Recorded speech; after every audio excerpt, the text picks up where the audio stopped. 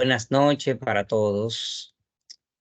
Estoy iniciando la presentación de el trabajo que ya está realizado.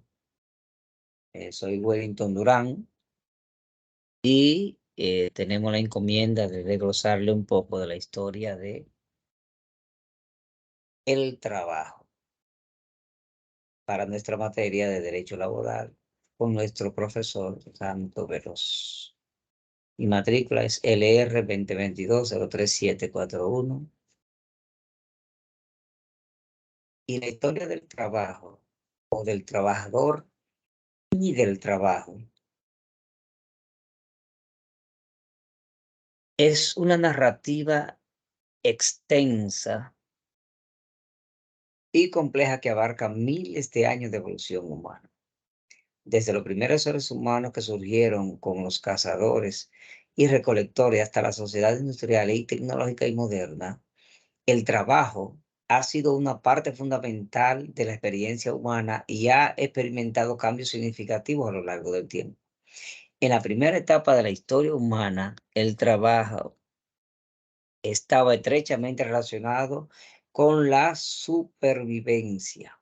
Los primeros seres humanos debían trabajar para obtener sus alimentos, construir refugio, protegerse de peligro, etcétera, o entre otras. Estos primeros trabajadores eran generalmente nómadas y dependían de la caza, de la pesca, de la recolección de alimentos para sobrevivir.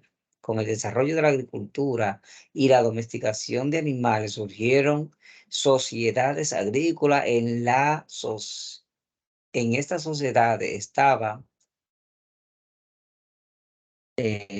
involucrada al trabajo y se volvió más especializado y surgieron diferentes roles y ocupaciones. Algunas personas se dedicaban a la agricultura, otras a la ganadería, también surgieron artesanos, yo diría que ebanistas en su tiempo, otros tipos de pintores que se encontraban en aquellos tiempos. Habían varios artistas un poquito diferentes a los de esta época y algunas personas de ellas se dedicaban más a los comercios. Esta aparición de las propiedades privadas y el excedente de alimento permitieron el desarrollo de un sistema de intercambio y comercio que llevó a la especialización aún mayor al trabajo.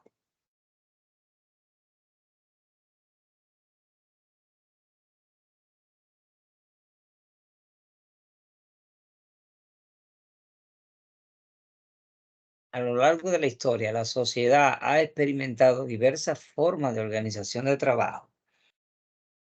En algunas culturas antiguas, como la antigua Grecia y Roma, existían unas clases de esclavos que realizaban la mayoría de los trabajos pesados y serviles.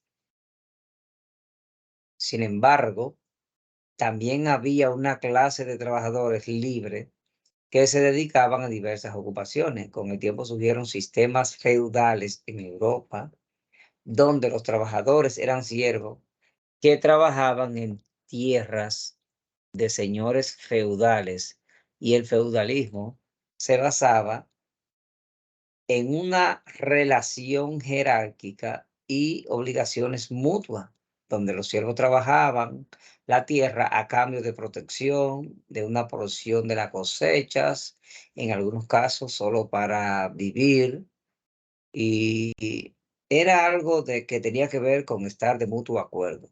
Eran los pactos que se podían hacer en aquellos tiempos, donde tenían un convenio o se ponían de acuerdo ambas partes.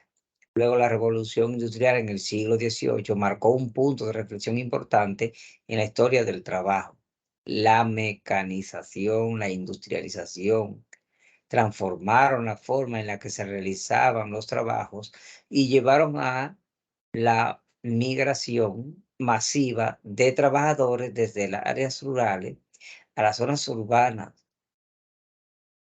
para trabajar en fábricas. Los trabajadores industriales enfrentaban condiciones laborales duras, larga jornada de trabajo, de salarios bajos, lo que llevó a la formación de movimientos de obreros, sindicatos que luchaban por mejores condiciones laborales.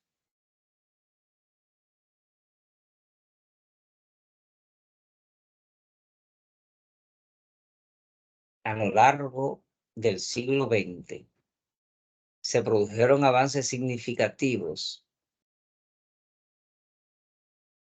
en los derechos laborales. Se establecieron leyes para proteger a los trabajadores, como la limitación de horas trabajadas, el establecimiento de salario mínimo, la garantía de una condición de trabajo seguras. Surgieron movimientos sindicales más fuertes y se luchó por la igualdad de género y la igualdad de oportunidades en el trabajo. En la era moderna, la tecnología y la globalización han transformado aún más el panorama laboral. La automatización ha reemplazado los trabajos manuales y repetitivos,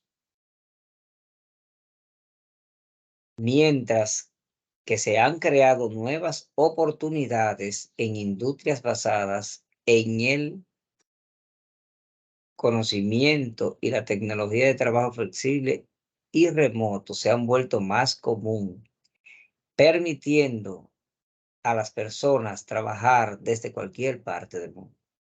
En resumen, la historia del trabajador y el trabajo es una historia de evolución y cambio, desde los primeros trabajadores, cazadores, recolectores, hasta los trabajadores en la era de la inteligencia artificial y la robótica.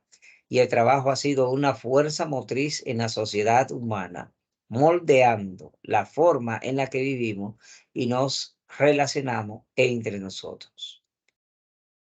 Eh, en algunos países ya muy modernos, se vive en la era de los trabajos, donde siempre tienen un sindicato que le permite tener unas órdenes mucho más seguras. Estos sindicatos se pueden clasificar de diferentes maneras según su estructura y ámbito de acción y afiliación. Y según su estructura, los sindicatos de oficios gremiales representan a trabajadores de un oficio o profesión específica, como la construcción, la salud, la educación. Estos sindicatos agrupan trabajadores con habilidades y capacitaciones similares.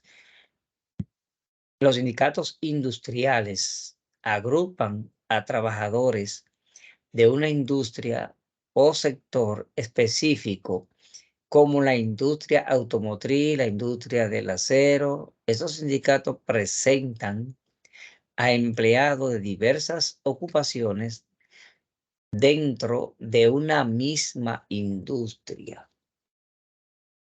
Además de estos que usamos de ejemplo, hay otros montones de sindicatos que se agrupan en el mismo gremio y según su ámbito de acción, los sindicatos locales operan a nivel local y regional y presentan a trabajadores de una determinada área geográfica.